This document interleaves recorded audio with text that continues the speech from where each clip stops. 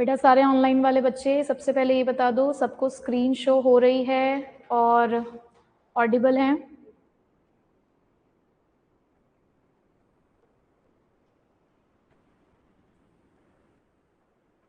ठीक है, चलिए तो एक बार हम लोग लास्ट क्लास को रिकॉल कर लेते हैं, रिवाइज कर लेते हैं, ठीक है, ताकि जो बच्चे लास्ट क्लास में नहीं भी थे वो एक बार सब चीजों को देख लें। ठीक है, चलो भाई देखो जरा, हम लोगों ने लास्ट क्लास में स्टार्ट किया था unit number 1 national income and it's aggregates. ठीक है, 10 मार्क्स की हमारी इसकी वेटेज रहती है अपने एग्जाम में। और अगर आप किसी भी रेफरेंस बुक को अगर देखें तो उसमें यूनिट 1 4 चैप्टर्स में डिवाइडेड है। ठीक है, बट हम लोग यहाँ पर यूनिट के अकॉर्डिंग पढ़ेंगे, चैप्टर वाइज नहीं पढ़ेंगे। ठीक, तो लास्ट क्लास में जस्ट हमने बेसिक इंट्रोडक्शन लिया इस चैप्टर का, जिसमें सबसे पहले तो हमने अपने सब्जेक्ट को ही समझा दैट व्हाट इज इकोनॉमिक्स, और उसके अंदर हमने ये जाना कि इकोनॉमिक्स एक सब्जेक्ट नॉलेज है जिसके अंदर हम स्टडी कर रहे हैं। अब जैसा सब्जेक्ट है उसी के हिसाब से हम यहाँ पर स्टडी करते हैं, क्योंकि सब्जेक्ट का नाम ही इकोनॉमिक्स है, तो इसका मतलब इकोनॉमिक्स हमें बताता है हाउ एन इकोनॉमी वर्क्स, कि एक इकोनॉमी काम करती कैसे है। बट किसी भी चीज को बड़े लेवल पर जानने से पहले उसको छोटे लेवल पर जानना बहुत जरूरी होता है। इसीलिए हमारी स्टडी को 2 पार्ट्स में डिवाइड किया गया था, micro economics and macro economics. ठीक है, माइक्रो इकोनॉमिक्स आपने ऑलरेडी क्लास 11th में पढ़ी, जिसके अंदर आपने ये समझा कि जस्ट हम इंडिविजुअल यूनिट के बारे में जब पढ़ रहे होते हैं, a single consumer, a producer, a firm, तो हम कहां पर थे? Micro economics. लेकिन अब हम ग्राउंड लेवल पर तो चीजों को जान चुके हैं, अब बड़े लेवल पर चीजों को जानना है, तो उसके लिए आ जाती है हमारी क्या? मैक्रो इकोनॉमिक्स, जिसके अंदर हम पूरी इकोनॉमिक्स को एक साथ स्टडी करेंगे। जैसे कि इन्फ्लेशन का बढ़ना पूरी इकोनॉमी को कैसे अफेक्ट करेगा, एक इकोनॉमी में रहने वाले सभी लोगों को कैसे अफेक्ट करेगा, वो हम कहां पढ़ेंगे? मैक्रो इकोनॉमिक्स में। ठीक है, उसके बाद हमने मैक्रो इकोनॉमिक्स का एक इंट्रोडक्शन लिया कि ये एक इंग्लिश वर्ड है, ये जो मैक्रो है ये तो इंग्लिश वर्ड है, और ये कहां से आया है? ये एक ग्रीक टर्म से आया है जिसको हम क्या बोलते हैं? मैक्रोस। लेकिन दोनों का ही मतलब क्या होता है? लार्ज। ठीक, फिर हमने एक डिफरेंस समझा माइक्रो इकोनॉमिक्स और मैक्रो इकोनॉमिक्स के बीच में, जिसमें सबसे पहला तो मीनिंग ही था कि माइक्रो इकोनॉमिक्स एक ऐसी ब्रांच है हमारी इकोनॉमिक्स की जो बिहेवियर को स्टडी करेगी, और वो बिहेवियर किसका होगा? इंडिविजुअल्स का। बट वहीं पे मैक्रो इकोनॉमिक्स वो ब्रांच ऑफ इकोनॉमी है जो पूरी इकोनॉमी के हेल्थ के बारे में बताती है। Health in the sense of कि भाई उस इकोनॉमी में रहने वाले जितने भी लोग हैं या जितने भी फैक्टर्स हैं उस पर उस चीज का क्या फर्क पड़ेगा। ठीक, टूल्स किस चीज की मदद से हम ये काम कर पा रहे थे? माइक्रो में डिमांड और सप्लाई था, पूरा आपका फोकस उसी पे था। यही चीज क्योंकि मैक्रो पे हम लार्ज लेवल पर कर रहे हैं, बड़े लेवल पर कर रहे हैं, तो एग्रीगेट डिमांड और एग्रीगेट सप्लाई यानी कि इन टोटल था ये सब कुछ। ठीक है, फिर उसके बाद पर्पस क्या था वहां पर हमारा? देखो हम डिमांड और सप्लाई को भी देख रहे थे क्योंकि हमें वहां पर प्राइस डिटरमाइन करनी थी, इसीलिए आपकी 4th यूनिट थी वहां पे यूनिट्स ऑफ मार्केट, जहां पर आपने देखा कि एक डिमांड कर्व होता है डाउनवर्ड स्लोपिंग, सप्लाई कर्व होता था अपवर्ड स्लोपिंग, जिस पॉइंट पे इंटरसेक्ट कर जाते थे वही आपकी इक्विलिब्रियम प्राइस होती थी। ठीक है, और उसी के हिसाब से रिसोर्सेज को एलोकेट करना, क्योंकि उसी इकोनॉमी के अंदर हम इकोनॉमिक्स के अंदर हमने ये पढ़ा था that resources are limited and human wants are unlimited and resources have alternative uses. ठीक है, अब मैक्रो इकोनॉमिक्स में हम लोगों का पर्पस क्या रहेगा?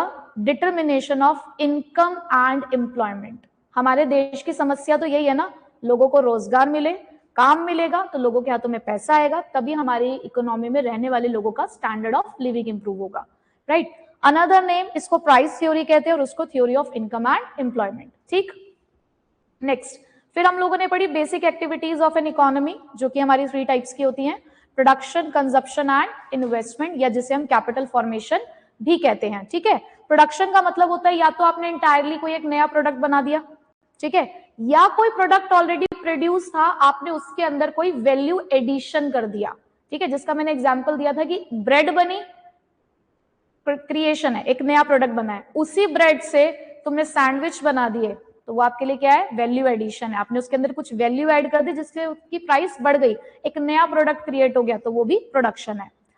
कंजप्शन की अगर मैं बात करूं तो कंजप्शन का मतलब क्या है? जो गुड्स आपने यहाँ प्रोड्यूस करे उसी का ही इस्तेमाल करना, उसी को जब इस्तेमाल करना शुरू कर दिया तो वो क्या कहलाएगा? आपका कंजप्शन। अब एक थर्ड टर्म था इन्वेस्टमेंट, जिसे आप कैपिटल फॉर्मेशन कहते हो।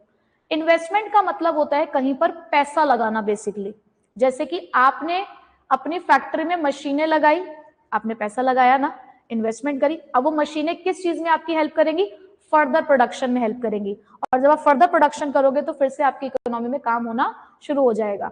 तो इन्वेस्टमेंट ने ही आपको क्या प्रोवाइड किया है? एक जरिया प्रोवाइड करा है, किस चीज का? प्रोडक्शन का। ठीक है, तो एक बच्चे का ऑनलाइन वाले का भी डाउट था इन्वेस्टमेंट, आई होप अब क्लियर हो गया होगा। उसके बाद हम लोगों ने 3 फेजेस पढ़े इन आवर इकोनॉमी। ये 3 फेजेस है हमारी इकोनॉमी के, जो बेसिक एक्टिविटी से ही निकलते हैं। सबसे पहले आपने प्रोडक्शन किया। जब तक आप काम ही नहीं करोगे क्या आप पैसा कमा पाओगे? नहीं। काम शुरू होता है प्रोडक्शन से, और प्रोडक्शन से ही इनकम जनरेट होनी शुरू होती है। इसीलिए इस फेज को हम लोग जनरेशन फेज भी कहते हैं, या सिंपली जनरेशन ऑफ इनकम, क्योंकि वहीं से आप लोगों ने कुछ काम करना शुरू किया है जिससे आप पैसा कमा पाओगे। ठीक, जब हमारे पास पैसा आता है तो वो अलग अलग फॉर्म्स में बंटता है। यहां से आपने पैसा कमाया तो कौन से फेज में पहुंच गए? उसके बाद इनकम फेज में। इनकम फेज को हम लोग क्या बोल रहे हैं? Distribution of income. अब वो इनकम अलग अलग रूप में बटेगी ना। आप लोगों ने क्लास 11th में फैक्टर्स ऑफ प्रोडक्शन पढ़े थे। कितने फैक्टर्स पढ़े थे? कौन कौन से? अभी जो लैंड है, लैंड के ऊपर क्या इनकम मिलती है? रेंट। तो ये आपने यहाँ पर फैक्टर्स, सर्विसेज जितनी भी ली होंगी फैक्टर्स ऑफ प्रोडक्शन से, आपने उनको इनकम बांटी होगी ना, तो वो इनकम बंटने का काम होता है डिस्ट्रीब्यूशन फेज में, in the form of rent, wages, interest and profit. ठीक, जब इनकम आएगी तो इनकम से ही तो आप एक्सपेंडिचर कर पाओगे। जब मेरी जेब में पैसा ही नहीं होगा तो मैं खर्च कैसे करूंगी? मैं डिमांड कैसे करूंगी?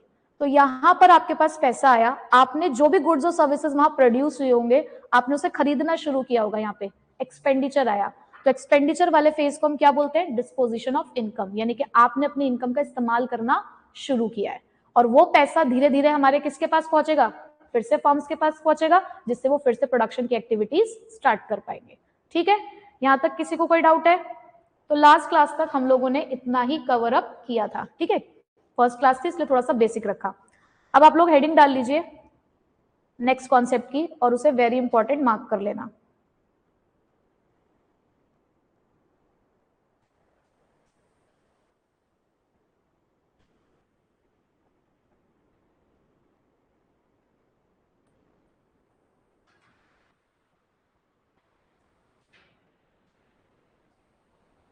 पहले फ्लो चार्ट बना लेते हैं, फिर मैं आपको समझाती हूँ कि ये क्या है। ठीक है, तो कॉन्सेप्ट ऑफ गुड्स के अकॉर्डिंग हमने गुड्स को 2 पार्ट्स में डिवाइड करना है, फाइनल गुड्स और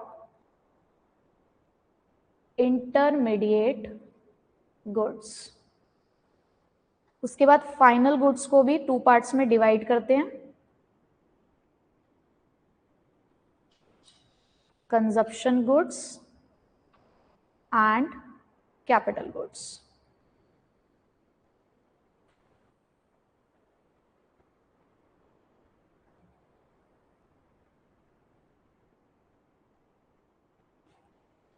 ऑनलाइन वाले भी सारे बच्चों को नोट साथ साथ ही बनाने हैं।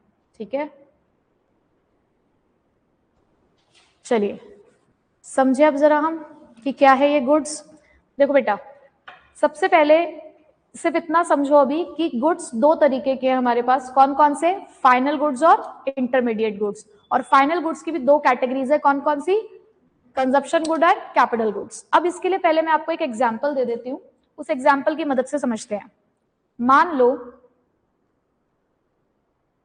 कि एक फैक्ट्री है। ये डायग्राम आपकी इच्छा है, बनाना चाहें तो बनाएं, नहीं तो स्किप भी कर सकते हैं। ठीक है, मान लो कि एक हमारे पास फैक्ट्री है जिसका नाम है परिवर्तन पिज्जा फैक्ट्री। ठीक है, यानी कि एक ऐसी फैक्ट्री है जिसके अंदर पिज्जा बनाए जाते हैं। ठीक है, अब ये जो यहाँ पर पिज्जा बनाए जाते होंगे, क्या आप में से मुझे बता सकते हैं कि कोई ऐसा शेफ जो ये बता सके मुझे कि पिज्जा बनाने के लिए क्या क्या इंग्रेडिएंट्स चाहिए होंगे, क्या क्या सामान चाहिए होगा मुझे? तुम तो मुझे लग रही हो शेफ। बताओ भाई, मैदा चाहिए नहीं चाहिए? है ना, उसके अलावा क्या चाहिए? अच्छा जी, ठीक है जी, और बताइए। शुगर भी चाहिए? यार मुझे नहीं पता, थोड़ा सा चाहिए, चीज चाहिए, हाँ मतलब मेन मेन बता दो, एंड एक्सेट्रा कर दूं, है ना। अच्छा, अब मुझे बताओ कि क्या सिर्फ ये सामान जब मैं फैक्ट्री में लेकर आ गई और मैं अपने कंज्यूमर्स को कह दूं कि आओ और ले जाओ, तो क्या उनको जो पिज्जा खाने का मन था वो उनका पूरा हो जाएगा? मन नहीं, पूरा मन नहीं होगा ना। मुझे क्या करना पड़ेगा? मुझे इस रॉ मटेरियल को, ये तो इंग्रेडिएंट्स है, इसको एक नई शेप देनी पड़ेगी। और वो नई शेप किस फॉर्म में देनी पड़ेगी? मुझे पिज्जा की फॉर्म में देनी पड़ेगी। यानी कि आप ये कह रहे हो कि जितना भी सामान हम लोगों ने यहाँ पर इस्तेमाल किया, क्या मैं इसको रॉ मटेरियल का नाम दे दूं? बताओ आप, ये तो नहीं कहोगे कि नहीं मैडम आप गलत बोल रही हो? बोल दो इसको रॉ मटेरियल। उसके बाद इस रॉ मटेरियल को मैंने एक नई शेप दिया जिसका नाम क्या है? पिज्जा। क्या ये पिज्जा अब आप जैसे प्यारे प्यारे बच्चे खा सकते हो? क्या इस पिज्जा का अब डायरेक्ट कंजप्शन हो सकता है? चलो ठीक है, लेकिन रॉ मटेरियल की फॉर्म में नहीं हो सकता था। ठीक है, अब आपको मैं ये बताऊं कि ये जो आपने पिज्जा बनाया, जिसको आपने डायरेक्टली कंज्यूम किया, बेटा इसको बोलते हैं फाइनल गुड। इसको क्या बोलते हैं? Final good. यानी कि इससे हमें क्या समझ आया कि फाइनल गुड्स क्या होते हैं? क्या होते हैं फाइनल गुड्स? नहीं नहीं, फाइनल गुड्स क्या होते हैं? वहां देखो ना, कब मैंने इसको फाइनल गुड बोला? जब ये गुड डायरेक्ट कंजप्शन के लिए रेडी हो गया। ये तो हुआ। मैंने यहां नहीं बोला उसको फाइनल गुड, मैंने कहां जाके बोला उसको फाइनल गुड? जब वो डायरेक्ट कंजप्शन के लिए रेडी हो गया। यानी कि फाइनल गुड्स, अभी पहली डेफिनेशन ही है, यानी कि फाइनल गुड्स वो गुड्स होते हैं जो डायरेक्ट कंजप्शन के लिए इस्तेमाल किए जाते हैं। ठीक है, तो मतलब जो रॉ मटेरियल वो पिज्जा फैक्ट्री इस्तेमाल कर रही थी, वो किसी काम का नहीं था, उसको कोई नाम नहीं दिया जाएगा, उसको भी नाम दिया जाएगा। क्या ये फाइनल गुड इस रॉ मटेरियल के बिना बन सकता था? नहीं ना। यार इसकी भी तो इंपॉर्टेंस है, इसको हम क्यों इग्नोर कर रहे हैं? चलो इसको भी एक नाम देते हैं। ये जो आपने रॉ मटेरियल इस्तेमाल किया ना, ये कहलाएगा क्या? Intermediate goods. क्या कहलाएगा? Intermediate goods. तो अभी पहले एग्जाम्पल से हमें सिर्फ इतनी बात समझ में आई कि जो good as a raw material इस्तेमाल हो रहे हैं वो तो है इंटरमीडिएट गुड, और जो गुड्स डायरेक्ट कंजप्शन के लिए इस्तेमाल हो रहे हैं वो कौन से हैं? हमारे फाइनल गुड्स। यहां तक पिक्चर क्लियर है एकदम? कोई डाउट तो नहीं है? पक्का? चलो अब एक और एग्जाम्पल की तरफ चलते हैं। अब इस एग्जाम्पल के अंदर एक हमारा स्टॉल है और वो स्टॉल का नाम है राजू बर्गर वाला। ठीक है, अब ये जो राजू बर्गर वाला है ना, ये मस्त बर्गर बना के बेचता है, एकदम पूरा चीज बीज उसके अंदर लगा के, और बहुत मजा आता है सबको। ठीक, अब इसके पास यहाँ पर बहुत सारे बर्गर, मेरी ना ड्राइंग बहुत सुंदर है, तुम्हें दिख भी रही होगी, तो ये बर्गर ही है, समझ लेना ये बर्गर ही है। ठीक है, ये खूब सारे बर्गर्स इसने यहाँ पर बना के रखे हुए हैं, लगभग 10 बर्गर इसके स्टॉल पे रखे हुए हैं। ठीक, अब ये बर्गर कैसे बनाता होगा? ऐसे हाथ से, ऐसे हाथ से, ये हाथ मेरे ऑनलाइन वाले बच्चों को भी दिखने चाहिए। ऐसे हाथ से बर्गर बनता है क्या? बर्गर किससे बनता है भाई? पैन पे? मशीन पे बर्गर बनाते तो ग्रिडल बोलते हैं उसको, ग्रिडल। ग्रिडल मतलब होता है बड़ा सा तवा नहीं होता है वो, उसको ग्रिडल पे बनता है। ठीक है, चलो अब हम यहाँ पर थोड़ा फैंसी नाम लिख देते हैं इसका, ग्रिडल। और ये बड़ा सा तवा है हमारे पास जिसमें आग जल रही है। ठीक है, और इसको आप यहाँ पर चाहे तो याद रखने के लिए ब्रैकेट में लिख सकते हैं तवा। ठीक है, अब मुझे ये बताओ, राजू के पास 2 चीजें रखी हुई हैं, बर्गर और तवा। क्या खाएगा राजू? अरे खुद ही खा जाएगा बर्गर, तो बेचेगा क्या भाई? राजू की दुकान है ना, राजू बर्गर वाला है भाई। राजू अगर बर्गर खा जाएगा तो बेचेगा क्या है? तो राजू तो कुछ नहीं खाएगा ना। राजू ये बर्गर अपने लिए बना रहे क्या, कि उसके घर में उसकी बच्चा पार्टी है उसके लिए लेकर जाएगा? ले जा भी सकता है, मर्जी है उसकी, बट फिलहाल जब वो यहाँ पे खड़ा हुआ है अपना ठेला लगा के पूरा, तो मुझे बताओ कि ये बर्गर वो खाने वाला है? नहीं, आगे बेचना है ना उसको। तो मैं ये लिख दूं कि ये जो बर्गर बने हुए हैं ये किस पर्पस के लिए है भाई? ये रीसेल के लिए है। ठीक है, ये सेल के लिए बनाया और बेचेगा। ठीक, और ये तवा, तवा रीसेल करेगा क्या? बर्गर के साथ तवा फ्री? ऐसा तो नहीं है, या रोज तवा खरीद के लेकर आता है? नहीं, ये एसेट है। वेरी गुड, ये एसेट है। और ये एसेट किस चीज में मदद कर रहा है उसकी? ये बर्गर बनाने में मदद कर रहा है ना। यानी कि यहाँ पर राजू ने एक इन्वेस्टमेंट करी है। बोल दो इस चीज को कि उसने इन्वेस्टमेंट करी है भाई, पैसा लगाया नहीं लगाया उसने तवे में, और पैसा लगाएगा जरूर, क्योंकि तवा नहीं होगा तो बर्गर नहीं बनेंगे, और बर्गर नहीं बनेंगे तो राजू बिजनेस कैसे करेगा, और राजू बिजनेस नहीं करेगा तो पैसे नहीं कमाएगा, फिर राजू कैसे बनेगा जेंटलमैन, नहीं बन पाएगा ना। हाँ, अभी तुम सारा सस्पेंस खराब कर रही है लड़की, पिक्चर देख के ये पूरी है। फिर तो ये जो इन्वेस्टमेंट करी है इसने, ये किस चीज में करी है, फिक्स्ड गुड्स में। ठीक, अब देखो पहले वाली पिक्चर के अंदर हमारे पास दो लोग थे, एक तो परिवर्तन बैच का ऑनर, परिवर्तन बैच नहीं सॉरी, परिवर्तन पिज्जा फैक्ट्री का ऑनर। ठीक, इसे क्या नाम दूं, प्रोड्यूसर या हाउस होल्ड, कौन है ये प्रोड्यूसर, कौन होता है, जो गुड्स बना रहे हैं, फैक्ट्री में गुड्स बन रहे हैं नहीं बन रहे हैं, बन रहे हैं ना, तो ये प्रोड्यूसर है या नहीं है, ये प्रोड्यूसर है। और ये जो तुम नन्हे नन्हे इधर दिख रहे हो यहाँ पे बिना आंख कान के, तुम कौन हो, कंज्यूमर। तो तुमने पीछे वाले एग्जाम्पल से ये सीखा कि एक प्रोड्यूसर जब रॉ मटेरियल इस्तेमाल करता है तो उसके पास कौन से गुड्स होते हैं, इंटरमीडिएट गुड्स, और कंज्यूमर जिस गुड्स को डायरेक्ट कंजप्शन के लिए इस्तेमाल करता है वो उसके लिए क्या होते हैं, फाइनल गुड, क्योंकि उसने उसको आगे किसी को नहीं देना।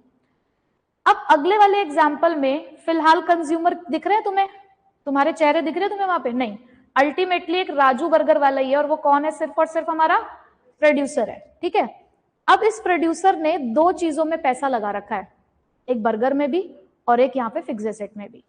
ये जो राजू ने बर्गर रीसेल पर्पस के लिए रखे हुए हैं, आपको पता है ये भी क्या है उसके लिए, इंटरमीडिएट गुड्स, क्योंकि वो इसको खुद नहीं इस्तेमाल करने वाला है। जब तक कोई भी सामान आपकी वांट को डायरेक्ट सेटिस्फाई नहीं कर रहा तब तक वो आपके लिए फाइनल गुड नहीं है। अब चाहे आप एक कंज्यूमर हो चाहे आप एक प्रोड्यूसर हो, जब तक कोई सामान आपकी डायरेक्ट वांट को सेटिस्फाई नहीं करता तब तक वो गुड्स आपके लिए फाइनल गुड नहीं है। वो क्या है आपके लिए, इंटरमीडिएट गुड। तो आपने इंटरमीडिएट गुड्स के लिए दो पॉइंट्स देख लिए यहाँ पे कि इंटरमीडिएट गुड दो तरीके के हैं, कैसे कैसे, या तो वो रॉ मटेरियल है या वो रीसेल के लिए, आगे बेचने के लिए। ठीक, यहां से बात क्लियर हो गई। क्या होते हैं इंटरमीडिएट गुड्स, वो गुड्स जो या तो रॉ मटेरियल है या फिर क्या है वो रीसेल पर्पस के लिए। इंटरमीडिएट गुड की पिक्चर क्लियर। अब कहानी आती है फाइनल गुड्स की। अब ये जो तवा है उसने फिक्स्ड एसेट में लगाया, पर ये क्या राजू की वांट को सेटिस्फाई नहीं कर रहा। भाई राजू को बर्गर बनाने के लिए तो तवा चाहिए था और बर्गर बन भी रहा है, तो क्या ये राजू की डायरेक्ट वांट को सेटिस्फाई नहीं कर रहा है तवा, तो तवा कौन सा गुड होना चाहिए, फाइनल गुड। यानी कि एक प्रोड्यूसर जब फिक्स्ड एसेट में इन्वेस्टमेंट करता है तो वो क्या कहलाता है, फाइनल गुड कहलाता है। क्या कहलाता है, फाइनल गुड। तो यहां से आपने फाइनल गुड के बारे में क्या समझा, जो डायरेक्ट सेटिस्फैक्शन देता है, पर दो तरीके से सेटिस्फैक्शन दे रहा है ना वो, एक तो डायरेक्ट कंजप्शन करके और एक बार इन्वेस्टमेंट करके। ठीक है, बात समझ आ गई। चलो अब एक बार इसको सम अप करते हैं ताकि हमें पिक्चर क्लियर हो कि आखिरकार ये इंटरमीडिएट और फाइनल गुड्स क्या होते हैं। तो पहले इंटरमीडिएट के लिए समझते हैं। हमने इंटरमीडिएट गुड्स के लिए दो चीजें समझी कि इंटरमीडिएट गुड्स वो गुड्स होते हैं जो या तो एज अ रॉ मटेरियल इस्तेमाल किए जा रहे हैं, यानी कि अभी जिसमें हम कुछ चेंज करेंगे और कुछ एक नई चीज बनाएंगे जिसकी मदद से।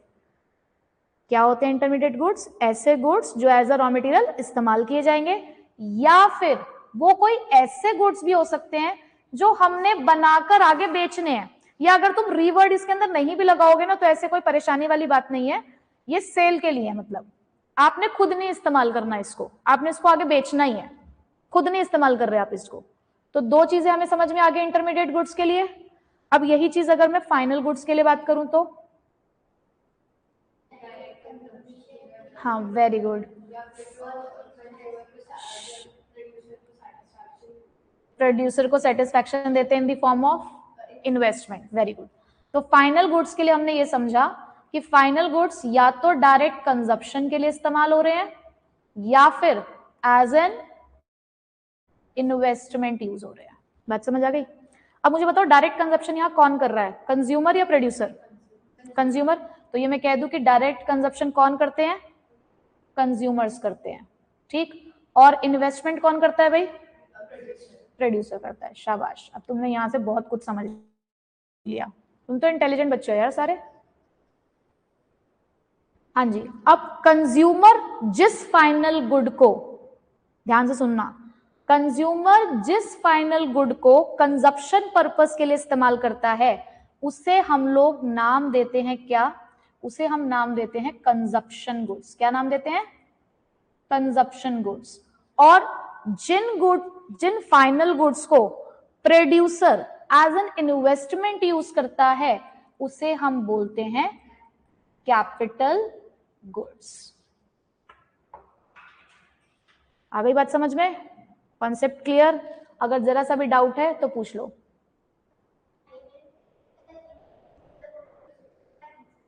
फाइनल गुड का इन्वेस्टमेंट वाला पॉइंट, ठीक है। एक ऑनलाइन वाले बच्चे ने भी पूछा है कि when a good is ready for sale then it should be considered as final good और नॉट। आप क्या आंसर करेंगे? बच्चे ने पूछा है when a good is ready for sale then it should be considered as final good और not. अभी अब मैं बताती हूँ। हाँ हाँ बताओ। उसने बोला है कि अगर एक गुड रीसेल पर्पस के लिए रेडी हो चुका है, सेल के लिए रेडी हो चुका है, दुकान पे बन के तैयार हो, जैसे बर्गर उसके स्टॉल पे तैयार है, तो वो ये बच्चा ये पूछ रहा है कि ये फाइनल गुड है या इंटरमीडिएट गुड है। देखो, कोई भी गुड फाइनल है या इंटरमीडिएट गुड है ये उसके यूजर पे डिपेंड करता है कि उसको कौन इस्तेमाल करने वाला है। अगर जिस बंदे की दुकान पर वो सामान बनकर रेडी है, जैसे कि उस बच्चे ने बोला ना कि रेडी फॉर सेल है, तो उस दुकानदार के लिए वो गुड क्या है? इंटरमीडिएट है, क्योंकि उसने तो आगे बेचना है ना। लेकिन जो उसको खरीद कर इस्तेमाल करने वाला है एज अ फाइनल कंजप्शन, उसके लिए वो क्या है? फाइनल गुड है। ठीक है, तो दुकान पर, जिसकी दुकान पर सामान रखा है उसके लिए वो इंटरमीडिएट है, जो उस दुकान से खरीद कर उसको इस्तेमाल करेगा उसके लिए फाइनल गुड है।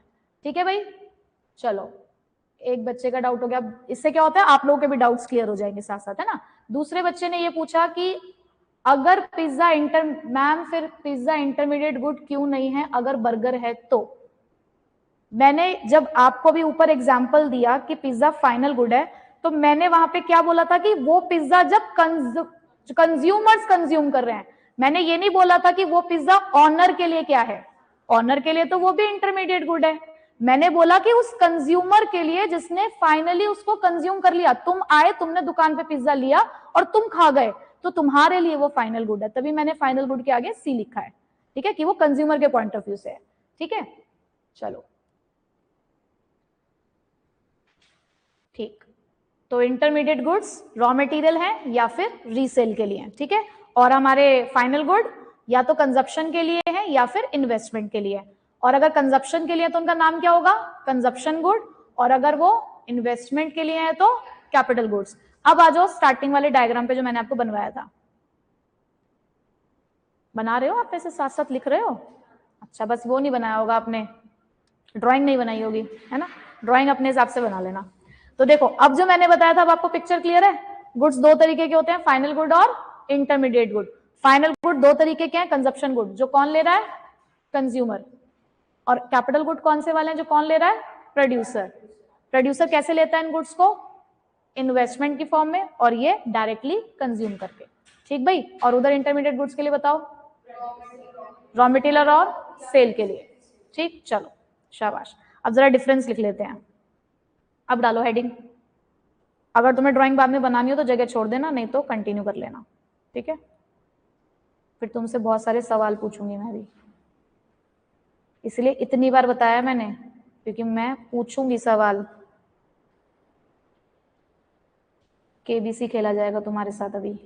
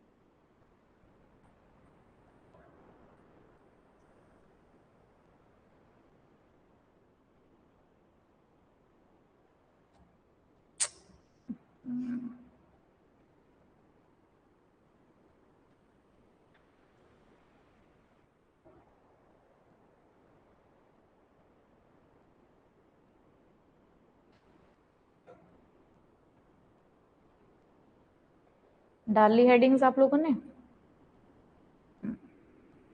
चलो पहला बेस लिखते हैं इसका मीनिंग। अब मीनिंग जरा अपने दिल से पूछो कि मीनिंग क्या है, ये बताओ कौन कौन से गुड्स होंगे?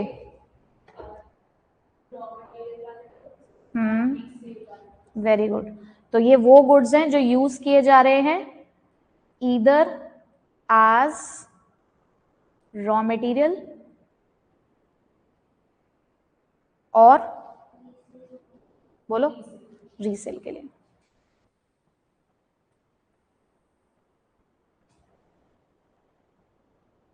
ये हमारे कीवर्ड्स हैं, इसमें इन्हें हाईलाइट कर लेना। और फाइनल गुड्स कौन से होंगे हमारे? Yes, very good. जो या तो एज कंजप्शन यूज किए जा रहे हैं या फिर इन्वेस्टमेंट के लिए। ठीक है, तो ऑनलाइन वाले जितने बच्चों को डाउट है इंटरमीडिएट गुड्स में, बेटा जो सामान आपकी फैक्ट्री में एज एन इंग्रेडिएंट रखा है नया सामान बनाने के लिए, यानी कि एक ऐसा आउटपुट, एक ऐसा गुड बनाने के लिए जिसको इस्तेमाल किया जाएगा बाय द कंज्यूमर, तो वो इंटरमीडिएट गुड है। ठीक है, और एक प्रोड्यूसर बहुत सारे इक्विपमेंट इस्तेमाल करता है अपने बिजनेस में ताकि वो गुड्स बना सके, यानी कि ऐसे गुड्स जो फर्दर प्रोडक्शन में इस्तेमाल किए जाते हैं। आप ऐसे भी समझ सकते हो इस चीज को कि जिन गुड्स को हम कह रहे हैं ना कैपिटल गुड्स, तो कैपिटल गुड्स कौन से गुड्स होते हैं जो फर्दर प्रोडक्शन में इस्तेमाल किए जाते हैं। तो फर्दर प्रोडक्शन करने के लिए आपको पैसा तो लगाना ही पड़ेगा ना, तो इसलिए उसको हमने इन्वेस्टमेंट कहा है।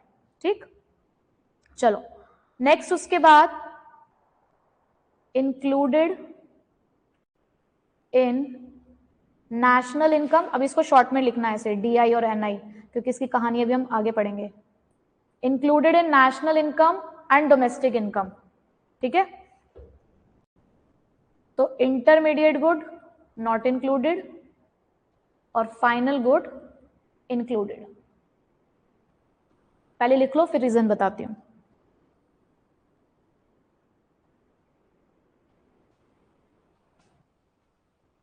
तीसरा पॉइंट लिखना है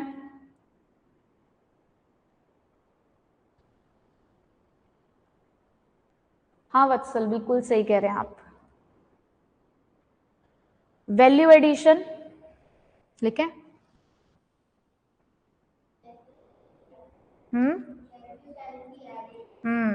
इसमें रिक्वायर्ड है, इसमें नॉट रिक्वायर्ड। लिख लिया था क्या?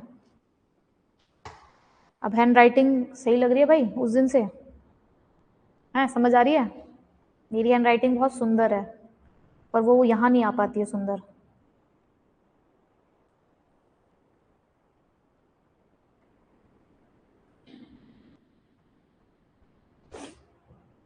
यहां तक हो गया?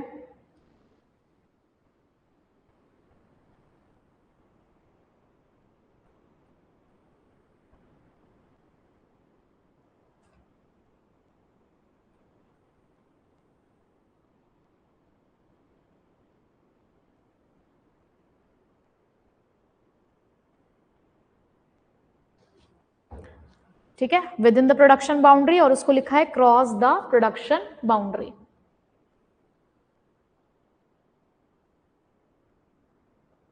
अच्छा, एक और अपडेट थी सब बच्चों के लिए कि आज BST की क्लास नहीं है। पता था आपको?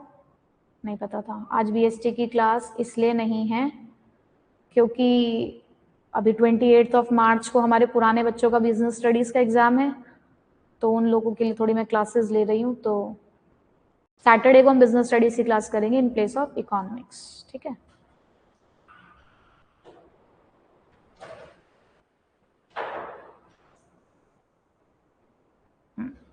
चलो अब इसको समझते हैं। देखो मीनिंग तो हमें समझ में आ गया कि इंटरमीडिएट गुड्स वो गुड्स होते हैं जो एज अ रॉ मटेरियल और रीसेल पर्पस के लिए इस्तेमाल किए जाते हैं। फाइनल गुड्स वो हैं जो या तो कंजप्शन के लिए, या तो हम सीधे लेंगे और उसका इस्तेमाल करेंगे, और ऐसा काम सिर्फ कंज्यूमर कर सकते हैं। कि सीधे लेते हैं और इस्तेमाल करना शुरू कर देते हैं, डायरेक्टली अपनी वांट को सेटिस्फाई करते हैं, ऐसा काम सिर्फ कंज्यूमर करते हैं। प्रोड्यूसर भी अगर किसी सामान को खरीद रहा है अपने इस्तेमाल करने के लिए, लेकिन वो उसको इस्तेमाल कर रहा है फर्दर प्रोडक्शन करने के लिए, उसने अगर अपनी फैक्ट्री में एक मशीन लगाई है तो इसलिए नहीं लगाई कि वो उसको खुद इस्तेमाल कर रहा है, खुद तो इस्तेमाल कर रहा है, लेकिन वो इससे कुछ नया सामान बना रहा है, फर्दर प्रोडक्शन कर रहा है उससे, इसलिए उसने वो मशीन लगाई है। तो इसलिए उसको हमने क्या नाम दिया है? इन्वेस्टमेंट। अब इंक्लूडेड इन नेशनल इनकम और डोमेस्टिक इनकम का किस्सा क्या है? देखो, मान लो कि हम एक ब्रेड का पैकेट खरीद के लेकर आए, वो पैकेट था 50 रुपए का, ठीक। अब यही पैकेट एक बेकरी वाला खरीद के लेकर गया जो वेजिटेबल सैंडविच बनाएगा या ग्रिल्ड सैंडविच बनाएगा, ठीक। अब क्या वो पूरी ब्रेड को एक ही बारे में बेचता होगा? वो क्या करेगा, उसने उसमें से 2 स्लाइस निकाली, उसके अंदर सारे इंग्रेडिएंट्स ऐड करे वेजिटेबल सैंडविच के रिगार्डिंग, और वो 2 स्लाइसेस ही, जब उसने उसके अंदर कुछ वैल्यू एडिशन कर दिया, वो 2 स्लाइसेस वो 50 रुपए की बेच रहा है मार्केट में। हम पूरे ब्रेड का पैकेट कितने का खरीद के लेकर आए थे? 50 का। हमने उसी में से 2 स्लाइस निकाली और उसके अंदर कुछ वैल्यू एडिशन किया, मान लो चलो 10 रुपए का भी वैल्यू एडिशन कर लिया होगा, और ब्रेड की स्लाइस की कीमत मान लो 2-3 रुपए पड़ रही होगी पर स्लाइस, और मार्केट में हम फिर से उसको 50 रुपए का बेच रहे हैं। तो मुझे सैंडविच की वैल्यू ऐड करनी चाहिए या वो जो ब्रेड या अदर मैंने इंग्रेडिएंट्स इस्तेमाल करे उसकी वैल्यू ऐड करनी चाहिए? क्यों, ऐसा क्यों कह रहे हैं आप? नहीं, वो छोड़ो, नेशनल, मेरे को अगर ये जानना है कि मेरी इकोनॉमी में कितनी इनकम जनरेट हुई, तो उसके लिए मैं ब्रेड की भी वैल्यू ऐड करूं और फिर जो सैंडविच बना के मैंने बेचा है उसकी भी वैल्यू ऐड करूं। क्यों, ऐसा क्यों कह रहे हो आप? शाबाश, क्योंकि उसमें ऑलरेडी ब्रेड की प्राइस इंक्लूडेड है। जब मैंने 50 रुपए का सैंडविच मार्केट में बेचा होगा तो पहले मैंने क्या हिसाब लगाया होगा कि ब्रेड कितने की पड़ी, उसके अंदर जो मैंने वेजिटेबल्स लगाए या अदर इंग्रेडिएंट्स लगाए उनकी कीमत कितनी है, उसमें फिर अपना प्रॉफिट ऐड किया होगा, तब जाके मार्केट में बेचा होगा ना। पर अगर मैं ब्रेड की भी वैल्यू ऐड कर दूं, मैं सैंडविच की भी वैल्यू ऐड कर दूं, तो ये तो डबल काउंटिंग हो गई, ये तो एक ही चीज की वैल्यू को 2 बार काउंट करना हुआ ना, तो ये तो गलत हो जाएगा। ऐसे तो मेरी इनकम बहुत ज्यादा शो होगी, मैंने तो बहुत सारा पैसा कमा लिया, जबकि इतना तो हमने कमाया भी नहीं, वो तो एक ही चीज थी। तो यहां से कॉन्सेप्ट क्लियर कि इंटरमीडिएट गुड्स की वैल्यू ऑलरेडी फाइनल गुड्स में इंक्लूडेड होती है। तो इसलिए नेशनल इनकम हो चाहे डोमेस्टिक इनकम हो, अब ये टर्म्स क्या होते हैं अभी आगे हमें डिटेल में पढ़ना है, बट इतना समझ लो कि हाँ, इनकम की कैलकुलेशन चल रही है। तो जब इनकम की कैलकुलेशन चल रही है तो इंटरमीडिएट गुड्स की वैल्यू ऐड करने की जरूरत नहीं होती, हम सिर्फ फाइनल गुड की वैल्यू ऐड कर दें तो हमारा काम बन जाएगा। ठीक है, समझ गए इस बात को? चलो, अब उसके बाद तीसरा है वैल्यू एडिशन। आप कहां कर रहे हो वैल्यू एडिशन? मेरे मुंह से आपने कितनी बार सुना होगा ये वर्ड जब हमने सैंडविच बनाया, तो वैल्यू एडिशन कहां कर रहे थे? इंटरमीडिएट में या फाइनल में? इंटरमीडिएट में ब्रेड तो हमारे लिए इंटरमीडिएट ही तो थी, एक बेकरी वाले के लिए ब्रेड क्या है? इंटरमीडिएट ही तो है। तो वैल्यू एडिशन की जरूरत कहां होती है? इंटरमीडिएट गुड्स में। और फाइनल गुड्स में जरूरत नहीं है, वो तो सीधे आ गया, बस दुकान पे बिकने के लिए रेडी, अब तो आएगा कंज्यूमर और ले जाएगा।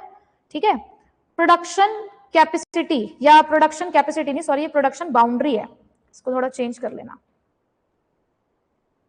ये प्रोडक्शन बाउंड्री है।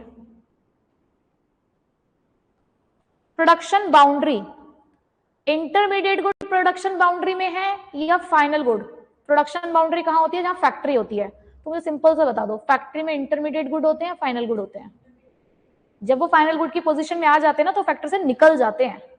ठीक है, तो प्रोडक्शन बाउंड्री में कौन से रहते हैं? Intermediate good. और प्रोडक्शन बाउंड्री को क्रॉस कौन से गुड कर चुके होते हैं? Final good. वो उनको फाइनल का स्टेटस मिलेगा ही तब जब वो प्रोडक्शन बाउंड्री को क्रॉस कर चुके होंगे। ठीक है भाई, अब कॉन्सेप्ट एकदम क्लियर हो गया? पक्का? चलो, तो फिर अब केबीसी खेलने का समय आ चुका है। ठीक, हाँ, पहला सवाल पूछा जाए, कितने के लिए? 10,000 रुपए के लिए, जो तुम मुझे दोगे, सही बताया तो भी और गलत बताया तो भी। ठीक है, चलो, तो कार है, एक हाउस होल्ड के लिए क्या है? एक टैक्सी ड्राइवर के लिए क्या है? और कार डीलर के लिए क्या है?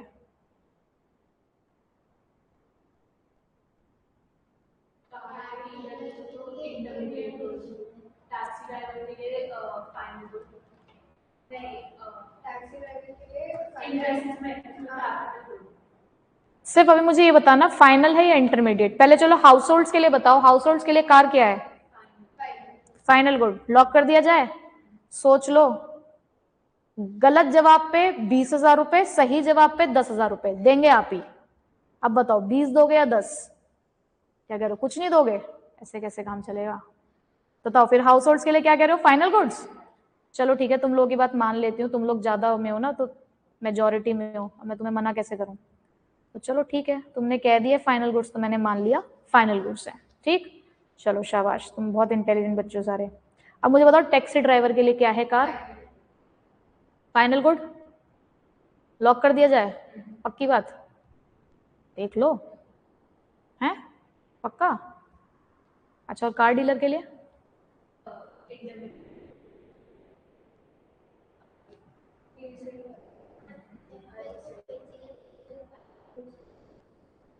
चलो तुम्हारी बात मान लेती हूँ भाई, तुम लोगों ने मुझे बाहर पकड़ लिया तो फाइनल गुड और इंटरमीडिएट गुड। ठीक है, अब मुझे ये बताओ, चलो इंटरमीडिएट गुड की तो कोई फर्दर कैटेगरी नहीं होती है ना? और इंटरमीडिएट गुड आपने किस पॉइंट ऑफ व्यू से कहा वैसे कार डीलर के लिए? क्योंकि वो उसको बेचेगा, शाबाश, ठीक है, क्योंकि वो उसको बेचेगा। टैक्सी ड्राइवर के लिए आप उसे फाइनल गुड क्यों कह रहे हैं? अच्छा, आप ये कह रहे हैं कि उसने, क्योंकि मैडम इन्वेस्टमेंट करी है कार में, ठीक है, और उसने जो इन्वेस्टमेंट करी है, क्या इस कार में वो अपने बीवी बच्चे घुमा रहा है? नहीं, क्या कर रहा है वो? कस्टमर्स घुमा रहा है, यानी कि पैसे कमा रहा है, उसका इस्तेमाल कर रहा है फर्दर सर्विसेज देने के लिए। देखो गुड्स की हम जब यहाँ बात करेंगे तो इसका मतलब ये नहीं कि सिर्फ कोई प्रोडक्ट ही होगा, सर्विस को भी हम इंक्लूड करते हैं। तो यानी कि उसने उस कार का इस्तेमाल किया है क्योंकि उसे पैसेंजर एक जगह से दूसरी जगह पर लेकर जाने हैं, तो उसने वो इन्वेस्टमेंट करी है। तो जो फाइनल गुड इन्वेस्टमेंट के लिए होते हैं उसको हमने क्या नाम दिया यहाँ पर? Capital goods. और अब मुझे बताओ हाउस होल्ड्स के लिए तुम लोग जो कह रहे हो कि ये फाइनल गुड है, तो हाउस होल्ड कैसे इस्तेमाल कर रहा है इसको? ठीक है भाई, ये डायरेक्ट कंज्यूम कर रहा है, उसको डायरेक्टली उनकी वांट को सेटिस्फाई कर रहा है या नहीं कर रहा है? कर रहा है। तो ये कौन से वाले फाइनल गुड है? चलो भाई शाबाश, तो तुमने तो सारे पैसे जीत लिए। तो लाओ फिर दो, मैं अपना अकाउंट नंबर दूं?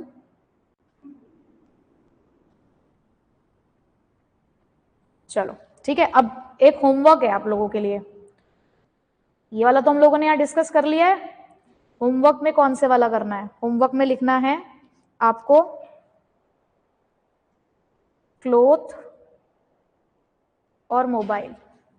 अब क्लोथ भी हाउस होल्ड के लिए आप बताएंगे, एक ट्रेडर के लिए बताएंगे, और एक टेलर के लिए बताएंगे।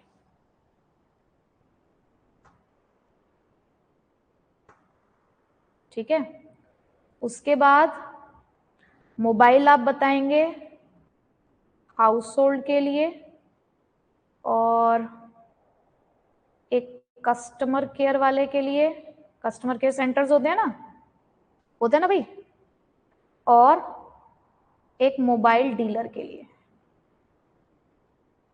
ये है आप लोगों का होमवर्क। ठीक, तो इसको हम आगे बढ़ते हैं, कल पूछूंगी मैं आपसे।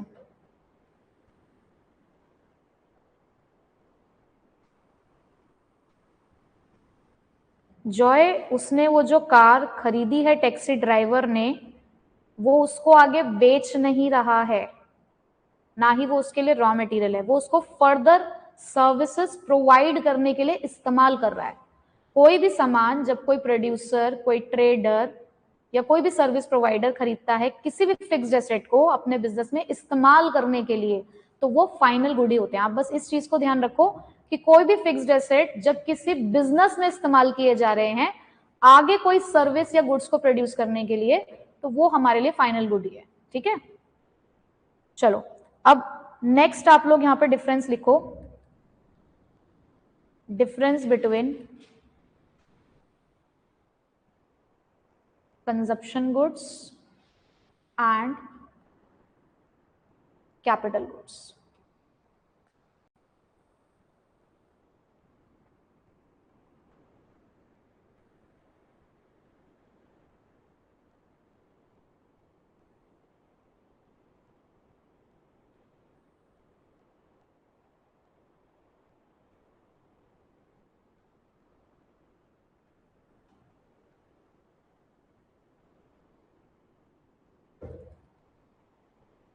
चलिए सबसे पहले लिखिए अब meaning.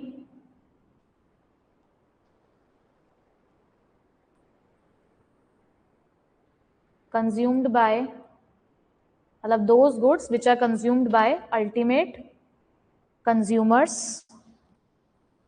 For satisfaction of his wants।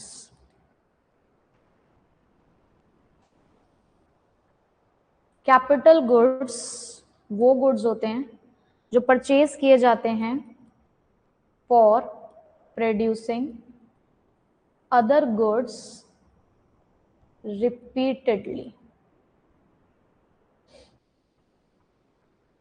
एक चीज और आप लोग ध्यान रखेंगे कि अगर लेकिन कोई फिक्स्ड एसेट ऐसा है जो खरीदा गया, या कोई भी एक एसेट ऐसा है जो बिजनेस में खरीदा गया बट सेम ईयर में ही हमने उसका इस्तेमाल खत्म कर दिया, तो भी वो इंटरमीडिएट गुड कहलाएगा।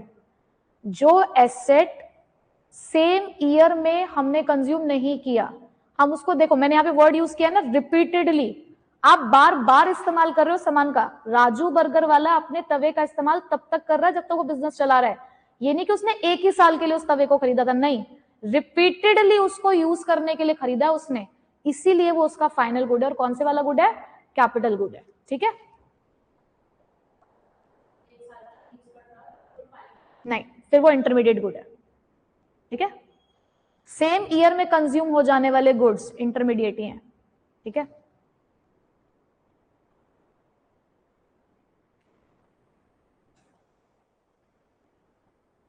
चलिए सेकंड लिखिए, यूज बाय। इन्हें कौन यूज करता है? House holds. और इन्हें कौन यूज करता है? प्रोड्यूसर्स। उसके बाद एक्सपेंडिचर लिख रहे हैं ना सब, यहां पर है कंजप्शन एक्सपेंडिचर और ये है आपका इन्वेस्टमेंट एक्सपेंडिचर।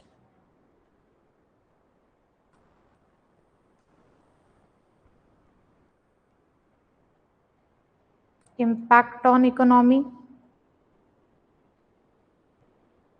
ये इंक्रीज करता है welfare and standard of living को, और ये इंक्रीज करता है production capacity and promotes economic growth.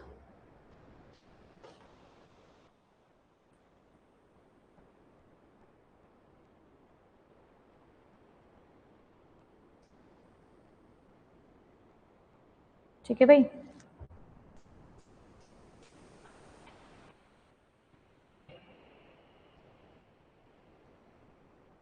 Producing other goods repeatedly लिखा है मैंने, रिपीटेडली। जॉय, हाँ जी, तो समझो जरा एक बार, मीनिंग क्लियर है कि आपके जो कंजप्शन गुड्स है वो कौन से गुड्स होते हैं? Which are used by the ultimate consumer for the satisfaction of their wants. ठीक है, जो कंज्यूमर्स इस्तेमाल कर रहे हैं क्योंकि वो उनके डायरेक्ट वांट को सेटिस्फाई कर रहा है। उसके बाद नेक्स्ट हमने पढ़ा कि कैपिटल गुड्स वो गुड्स होते हैं जो अदर गुड्स को प्रोड्यूस करने के लिए इस्तेमाल किए जा रहे हैं। कंजप्शन गुड्स को हाउस होल्ड इस्तेमाल कर रहे हैं और कैपिटल गुड्स को प्रोड्यूसर। जो खर्चा हम कंजप्शन गुड्स पे करते हैं उसे क्या बोलते हैं? Consumption expenditure. और जो खर्चा कैपिटल गुड्स पे किया जाता है उसे इन्वेस्टमेंट एक्सपेंडिचर।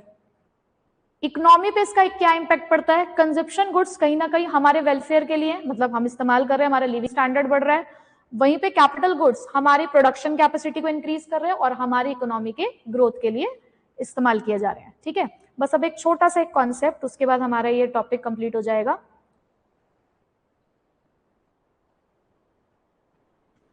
प्रोड्यूसर्स गुड्स, हम बार बार प्रोड्यूसर्स के बारे में ना यहाँ पर बात कर रहे हैं, तो ये प्रोड्यूसर गुड्स ना हमारे पास दो तरीके से इस्तेमाल किए जा रहे हैं। अब इससे उन बच्चों का डाउट क्लियर हो जाएगा जो अभी भी रॉ मटेरियल वाली पार्ट पे अटके हुए हैं।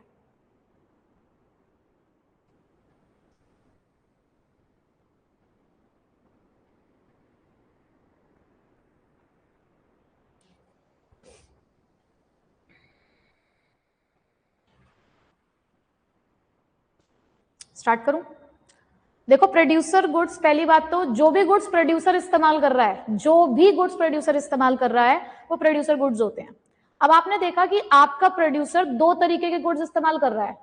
भाई देखो हमारी पिज्जा फैक्ट्री इंटरमीडिएट गुड का भी इस्तेमाल कर रही है, और हमारा राजू बर्गर वाला वो भी तो प्रोड्यूसर ही था, वो फाइनल गुड का भी इस्तेमाल कर रहा है ना। और दो तरीके से इस्तेमाल कर रहे हैं, या तो एज अ रॉ मटेरियल, जब आप एज अ रॉ मटेरियल इस्तेमाल कर रहे थे तो आप इसको क्या नाम दे रहे हो भाई, बोलो?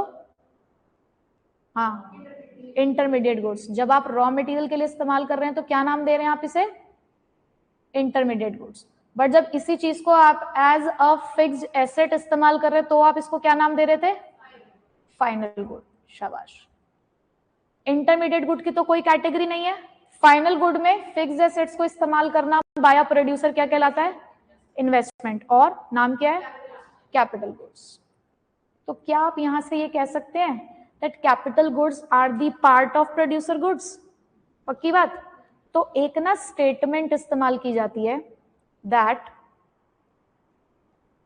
All capital goods are producers goods, but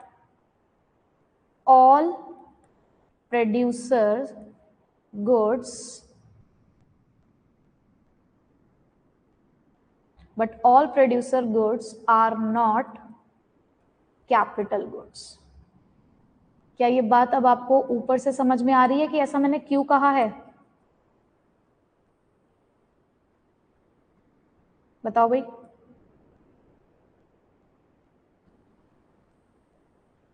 सारे कैपिटल गुड्स प्रोड्यूसर गुड्स होते हैं because capital goods are the part of producer goods. भाई प्रोड्यूसर गुड्स या तो इंटरमीडिएट है या कैपिटल गुड्स है, तो जितने भी कैपिटल गुड्स है वो प्रोड्यूसर गुड्स तो है ना। ये बात सच है या नहीं? ये असर्शन रीजन में पूछा जा सकता है आपसे। और या फिर 3 नंबर का एक स्टेटमेंट का क्वेश्चन कि रीजन के साथ बताओ ऐसा क्यों। तो सारे कैपिटल गुड्स तो प्रोड्यूसर गुड्स हैं ना, बट क्या सारे प्रोड्यूसर गुड्स कैपिटल गुड्स हैं क्या? नहीं, क्योंकि प्रोड्यूसर गुड की एक और कैटेगरी भी तो है। कौन सी? इंटरमीडिएट गुड की। तो हाँ, सारे कैपिटल गुड तो प्रोड्यूसर गुड हो सकते हैं, लेकिन सारे प्रोड्यूसर गुड कैपिटल गुड नहीं हो सकते, क्योंकि हमारे पास कुछ इंटरमीडिएट गुड्स भी होते हैं। ठीक है, क्लियर हो गया भाई यहां तक सबको? तो ठीक है, आज का हमने सेशन यही खत्म करना है। कोई डाउट है तो बताओ। 1 ईयर पे आती हूं मैं। देखो 1 ईयर वाला कॉन्सेप्ट क्या था जो मैंने आपको भी यहां पर बताया कि कई बार कुछ फिक्स्ड एसेट या कुछ एसेट बिजनेस में इस्तेमाल करने के लिए हम लोगों ने खरीदा, लेकिन वो सेम ईयर में ही कंज्यूम हो गया। देखो आप लोगों ने सब कॉमर्स वाले हो, है ना, तो करंट एसेट और फिक्स्ड एसेट पढ़ा होगा ना आपने। तो हम फिक्स्ड एसेट वाले को कह रहे हैं फाइनल गुड, हम करंट एसेट्स को नहीं कह रहे हैं। अब देखो कहने को तो आप यहां पर इन्वेस्टमेंट, जैसे हमने पिज्जा बनाया तो आपने मैदा में भी तो करी, आपने जो टमाटो सॉस लेकर आए आपने उसमें भी तो करी है ना, बट वो कंज्यूम हो गया ना। तो जो चीज कंज्यूम हो गई with in the same year वो इंटरमीडिएट गुड है। लेकिन जो चीज आप रिपीटेडली इस्तेमाल कर रहे हो, जो एसेट आप रिपीटेडली इस्तेमाल कर रहे हो अपने फर्दर प्रोडक्शन में, वो आपके लिए फाइनल गुड है बाय अ प्रोड्यूसर। ठीक है, क्योंकि उसने उसमें इन्वेस्टमेंट करी है आगे फ्यूचर के लिए, ताकि वो आगे इस्तेमाल कर सके उसको। ठीक है, अब बात क्लियर हो गई? चलो, तो सारे ऑनलाइन वाले बच्चों को क्लियर है? कोई डाउट है?